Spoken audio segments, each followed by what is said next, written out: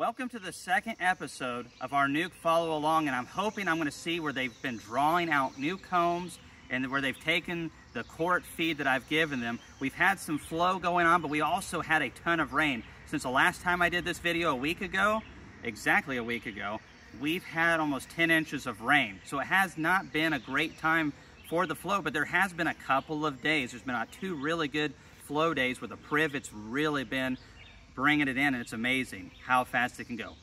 By the way, in each video, the NUC follow along, first video, second video, all the way through, pinned in the top comment, there is going to be the playlist for this entire series. So if you kind of lose your place and you want to see where all the videos are at, it's going to be the NUC follow along playlist, and I'll have that pinned in the comment. So let's get in here. One of the problems, like I said in the last video, that people have with NUCs, not really with packages, because packages have to draw comb, they have nothing. But with NUCs, they already have comb. And that can get flooded really fast, right? I mean, if you give them a top feeder or a frame feeder and gallons of feed, and the bees can access that by hundreds or many hundreds or 1,000 bees at a time, they just pull that feed in so fast and they plug up all of the combs before they have a chance to draw the foundations out.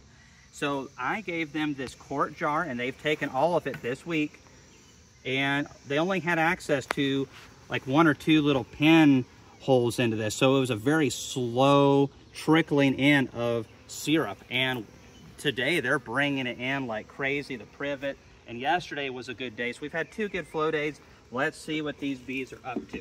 And did I already say happy Mother's Day out there? I don't think I did. So happy Mother's Day to all you mothers out there.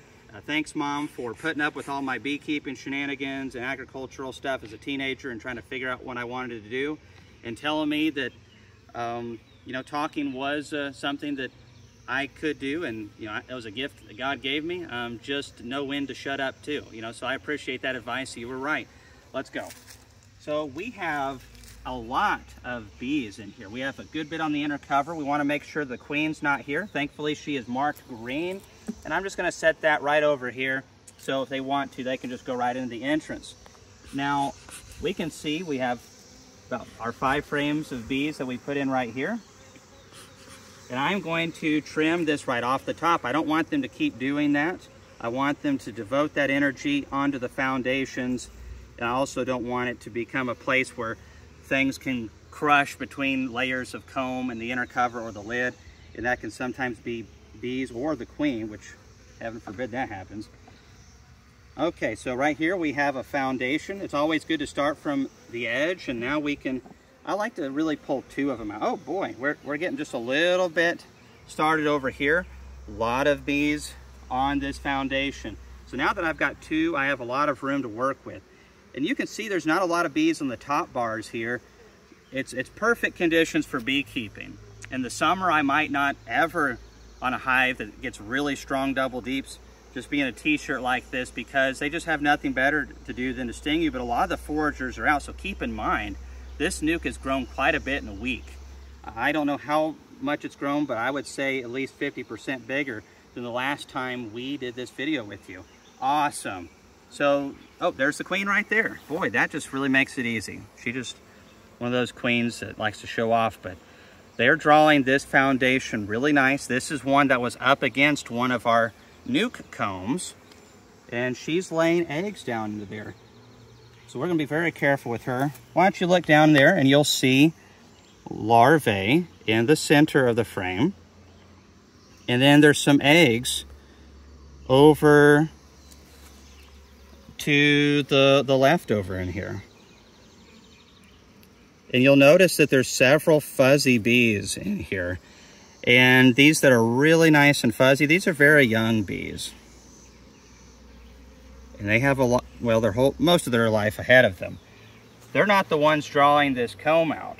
The older bees do that, but we have some nice comb on the way. If you'll check this out right here, we have pollen that they've packed in, and they're fermenting that into bee bread, and then we have sugar syrup or nectar up here in the sides. This is an important part of this video. What are the food stores of this colony? This frame has basically nothing. This would not last this size of a colony for a day. They have more in their stomachs than they have in that frame. And it takes a lot of energy to draw comb, so I'm just giving them a little smoke right there. We know that the queen is on this frame right here, so we definitely want to keep her into the hive, and we're just going to stick her over to the edge. And if I remember, I'm going to show you guys a little bit of this bottom board, because I think it's a really nice in-between place between a solid bottom board, which I really like, and a screen bottom board, which has some advantages. So now we can see we have capped brood here. This is a really good pattern. It's not all the way across, but that's okay. And we have just beautiful pearly white larvae down in there that are going to be capped soon. Now notice where this honey over here is getting quite fat. We have this capped down into here, but that was capped earlier, probably before we put it in, and now they're drawing this out even further. This shows you that bees will really elongate those cells for honey storage. This can be a little bit of an issue when we're trying to draw the foundations out, because as this butts up against these foundations, they're not going to be able to draw these areas where it's elongated, and this will stay skinny. This can be a problem sometimes. So what do you do about that? Well, many times if it gets out of control, and sometimes it gets a little worse than this, and it doesn't happen all the time, but in a flow it definitely will, is we can shake the bees off of this, and we can actually scrape that flat and then put it back up against it. This is one of the reasons why when beekeepers get 9 frames drawn in the bottom box or whatever, whenever they get where they have drawn comb, they go to 9 frames instead of 10, is it's a little bit more forgiving on this kind of fat comb stuff, but I prefer the 10. Now notice what the bees have done down into here. There's eggs down in here. These are drone cells.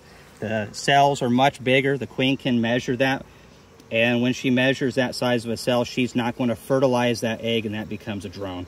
So this is a problem, though. This is where you can crush bees and crush queens, and they really don't do this a lot unless you're feeding really hard and there's a pollen flow, so the colony wants to grow, or it's just the honey flow season. So if we keep on this, eventually this isn't going to be a problem. So I really want to trim that off a lot. And so I know the queen's not on this one, so I'm going to safely stick this out here. Bees are back up on top, and we're just going to give them a little bit of a puff of smoke, drive them down away from us. I actually smoked my hands beforehand. It's kind of like deer hunting. You don't want them to smell you. So we have more of this.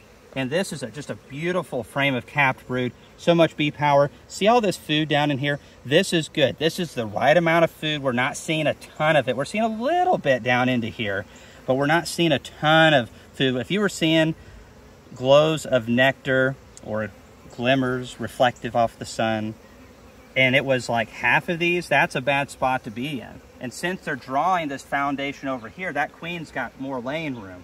So we're in a good shape. This is a lot of food for now, but we need to keep going forward. So we're gonna keep inspecting. I wanna trim all that off. Beautiful frame right there. This is the ideal nuke where you have a strong laying queen with plenty of bees. And when we sell nukes, that's what you can expect, is to get something that looks very nice and that will build and draw comb. If you have a bad queen or you have disease problems, that's a bad spot to be in as a new beekeeper. So now we are over into here. It's more of the same. We have our food, our honey on the edges. We have our bee bread, usually has like almost a rainbow underneath that. And then we have our brood down here. We have our drone brood that they've created down in here.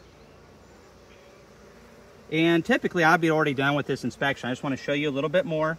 Now over here, this is what we want to watch out for, is we have these queen cups. These are dry. That one is anyways. Yeah, that one was elongated just a little bit, but there's nothing in there. There's nothing in that one. And there's nothing in that one. That's okay. Some people call these practice cups. I don't think there's any practicing going on. I just think bees always know that it's good to have a few of those around. All right, we're gonna put this back down into there. And I wanna see how much they've drawn on that foundation on that side. Oh, look at all that they put on the bottom there. And once we get a double deep going on this, they won't do that quite so much, but it's just part of beekeeping. And we kind of, you could say we fight it throughout the season. Some people are like, well, let the bees do whatever they want. Whenever we do inspections, I don't want this so glued down and burr combed up and cross combed. I'm having to do a lot of damage, and it's hard on me, it's hard on the bees. And so we just kind of keep it cleaned up, and that really helps a lot. So we have more of these cups over here, and I'm looking into that one, and it is dry as well. This is what you watch out for. Now let's say that you did have some stuff in there. You got your nuke, it's strong, maybe a powerful flow, maybe you already fed a little bit too much, and you get into there and you're seeing some of these cups that have young larvae or have eggs in them, but you know you have a queen. Cut those cells out. It's okay to do it, but always confirm that you have a queen first before you do something like that, because maybe if you don't know, they've already swarmed or something crazy like that. There's supersedures, there's swarm cells, there's all those kinds of things. So always confirm the presence of a queen before you destroy any cells. You don't necessarily have to see her, but if you see a lot of eggs, you're in good shape. So a good little shake like that, and we are going to trim that away and do the bees and us a favor for later. And we can melt that down, that'll be great. We don't have to cut it too fancy, but they'll stop doing this, especially once they really commit to drawing. They're just starting. So here we are, back to our foundations. This is what I want to see. Oh yeah. So that is really freshly drawn since a week ago. And look how quickly this white wax has already gone to yellow in the center. Eventually it'll be brown, and over many, many years it'll be black. And it becomes that way from the bees walking on it with their sticky pads, and also the pupal casings that are created every time bees go through metamorphosis. And the bees do clean most of that out, but they don't get to all of it. So they're drawing this out really good. Now, I released a video talking about getting your foundations drawn better. But when you're in spring, there's a pollen flow, so the bees want to grow, and there's also nectar, so the bees want to build comb. The bees are really good at drawing foundations. I have not added any wax to these. These were double waxed from Premier, and they use the really nice honey capping wax from A.H. Myers. And I really like the thickness of the frames. It's the thickest frame that I know of, so that's why I purchased those at my Bee Expo. But the double wax works just fine. So those of you who are freaking out, maybe you got some double wax, like, oh my goodness, I watched Kamon's videos, I've got to add more wax. Probably good. You know, some of the foundation companies don't do quite as good as others, and if it's been sitting around, or if you got a single coat, when you get the single coats, that's where I get nervous, and they start building funny things. But we're in the perfect time of the year for drawing combs. So what do we do at this stage? They haven't drawn this out. I want to give this colony just a little bit more time. I said whenever we get to 7 or 8 frames, we need to pull up a frame of eggs and give them a second box.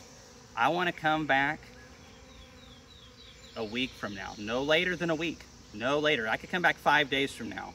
And I want to add, I already got the second box, and we're going to put that full of foundations and pull up one of these new frames of eggs and larvae and pull that up into there. But they just started drawing these out. They aren't completed. I'm going to put this together, and that will work just fine. But we have just a little bit of time. But if we were to wait 2 weeks, oh, they'd probably be thinking about swarming this time of the year, especially if we fed them heavy. And I am going to give them 1 more quart of syrup. But they have enough food. They don't have a ton of food, but they have enough to sustain them during a flow, and I'm gonna give them very thin sugar syrup. All right, you see up here at the top of this foundation, they haven't drawn it out good. And that is because this big old fat comb over here, they have got it quite drawn out. I just shook the bees off, and I'm gonna give them 1 more shake. But this right here, you see that nectar coming out of the cells?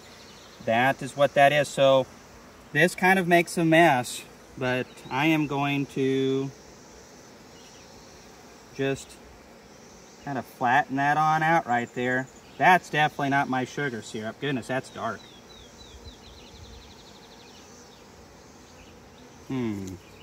I come over here with it. It's a little bit of a mess, but now all this cap stuff right here, not a big problem. But by the time they fix that, they should have that foundation fixed. And you don't have to do this, but at some point, if they stay fat, it's a big problem. So what a mess, what a mess. But those bees right there, happiest bees in the world. So I'm going to take this, I'm actually going to flip this towards the comb and put this side towards the foundation because it's the larvae. So we're going to put that back. Everything's going back in the way it is. I'm going to give them 1 quart of feed and leave the holes really reduced for just a slow trickle. It'll take them at least 5 days to drink all of that. And that'll be good right there. So next week we'll be adding another box, and they're well on their way to start getting into a second deep. And then I hope to split these bees sometime in June. So thanks for following with the NUC follow along. If you know anybody who's trying to figure out how to get their bees off the ground and what to do and when, this might be able to help them out a little bit. So let them know. See you in the next video.